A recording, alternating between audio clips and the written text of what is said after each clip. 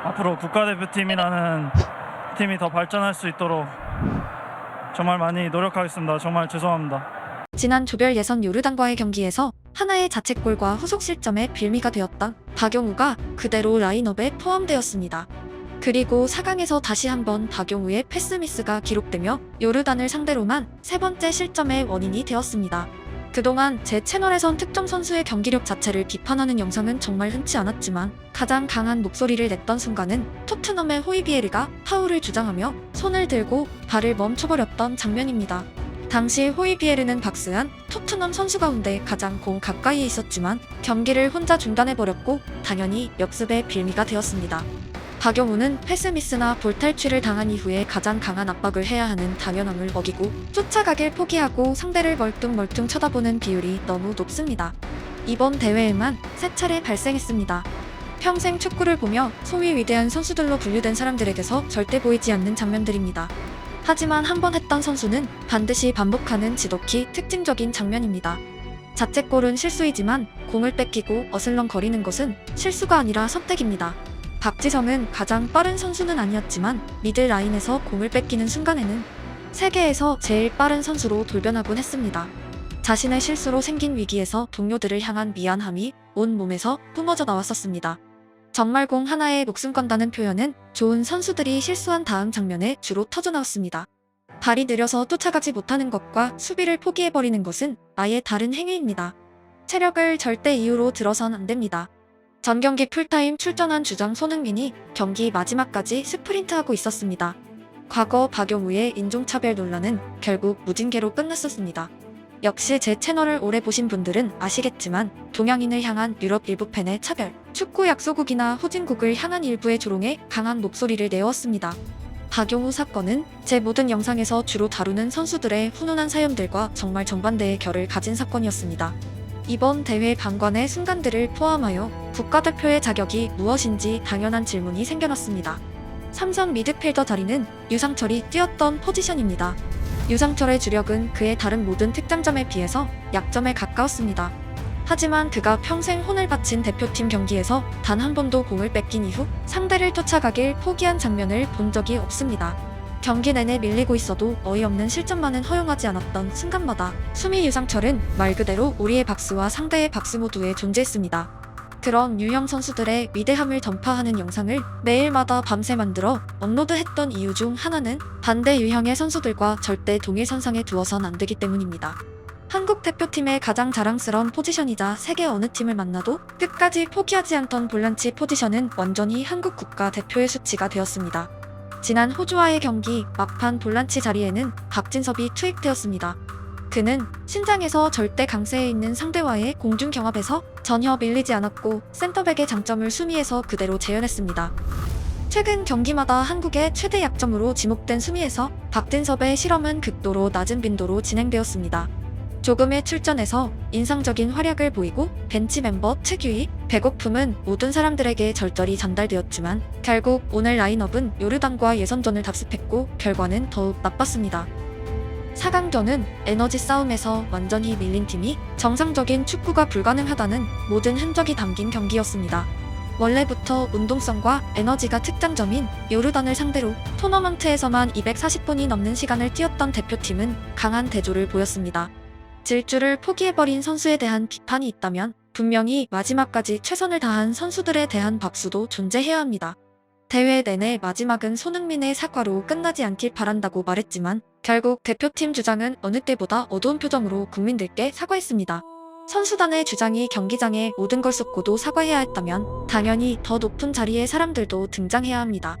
과장이 전사적으로 사과할 때 부장과 담당 임원이 뒷짐지고 책임을 회피하는 회사가 폭풍 성장하는 전례를 본 기억이 없습니다. 매경기 풀타임에 가깝게 뛴 일부 선수들이 오늘 경기에서 평소 같은 모습이길 바랬던 것은 너무도 비현실적인 미션이었습니다. 대회를 앞두고 한국은 최고의 주전 라인업을 갖췄다는 평가를 받았으나 그중 한 명이 빠지면 완성도가 떨어졌습니다. 황희찬이 없을 때 그랬고 오늘은 김민재가 왜 세계적인 수비수인지 그동안 얼마나 초월적인 경기력으로 대표팀을 선도해왔는지 알 수 있었습니다. 요르단은 아시아의 미스테리 팀 중 하나입니다. 특히 중동에서 그들을 상대하는 모든 팀들은 요르단 주요 선수를 열거하며 경계했지만 막상 실적은 좋지 않은 팀이었습니다. 패배의 횟수가 지나치게 높았고 주요 무대 성적은 중동 최강팀들과 큰 차이가 있었습니다. 그럼에도 대회마다 그들이 다크호스로 불린 이유는 공격진 구성만큼은 중동 최강팀에 근접한 기억이 많았기 때문입니다. 결국 모두가 경계했지만 성적표는 항상 나빴던 요르단은 이번 대회에서 그들 축구 역사 내내 따라다닌 미스테리를 풀어냈고 한국 입장에선 너무도 강한 임팩트의 패배가 되어버렸습니다. 이번 대회를 앞두고 축구협회는 어느 때보다 강력한 메시지를 락커룸 곳곳에 설치했습니다. 항상 우승을 말해왔지만 이번 대회만큼 협회 차원에서 우승을 자신한 아시안컵은 처음이었습니다. 아시아의 주인이라는 표현은 64년 만에 우승이 아니라 맡겨놓은 트로피를 찾으러 가는 팀의 문구를 연상케 했습니다. 보통 디펜딩 챔피언의 출사표와 트로피가 없는 팀의 출사표는 색깔이 다릅니다. 손흥민 출사표의 색깔은 분명 희생이었고 도전자의 결을 가지고 있었습니다.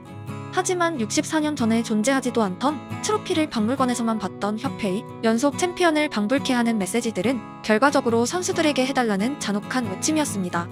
협회 자신감의 근원은 분명 어느 때보다 높은 실적을 올리고 있던 개개인이었기 때문입니다. 실제로 토너먼트 2연승의 1등 공신은 선수들의 투혼이었습니다. 축구는 결과론이 가장 강한 스포츠 중 하나입니다. 협회가 그토록 우승을 자신하며 선수들을 내세웠던 시작점처럼 이제는 그 선수들을 가지고도 투혼을 기대해야 했고 결국 탈락한 결과에 대한 반성의 시간이 찾아왔습니다. 가끔 필드 플레이어의 결과를 왜 행정의 수장이 책임지냐는 사람들이 있지만 세상 모든 분야를 막론하고 의사결정의 최고 권한은 수장에게 있습니다. 수장이 책임에서 자유롭다면 그 조직은 아예 회장이 없는 것이 낫습니다.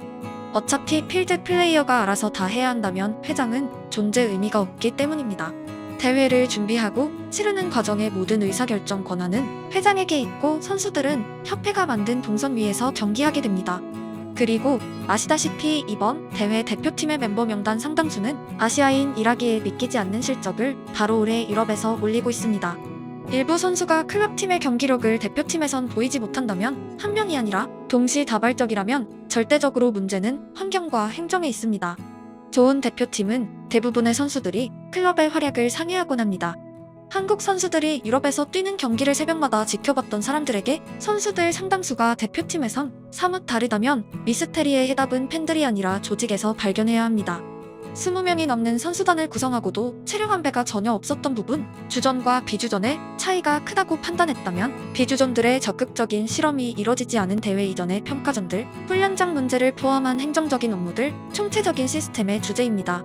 우루과이와의 월드컵 경기에서 400개가 넘는 패스를 80%가 넘는 성공률로 기록했고 발베르데, 벤탄쿠르가 버틴 중원에서 막상막하의 경기력을 보인 대표팀이 1년 만에 투혼이 가장 눈에 띄는 대회를 치른 것은 선수들 불굴의 의지를 강력하게 칭찬함과 동시에 당연히 시스템에 대한 질문으로 연결되어야 합니다.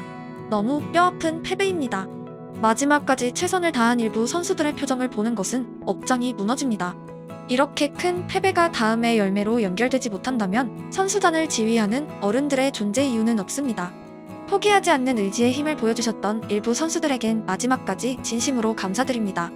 잔혹하지만 리그에서 더 높이 날 길 거두지 못한 우승의 배고픔은 다가올 경기들에서 발산하시고 스스로의 성취감을 거두시길 바랍니다.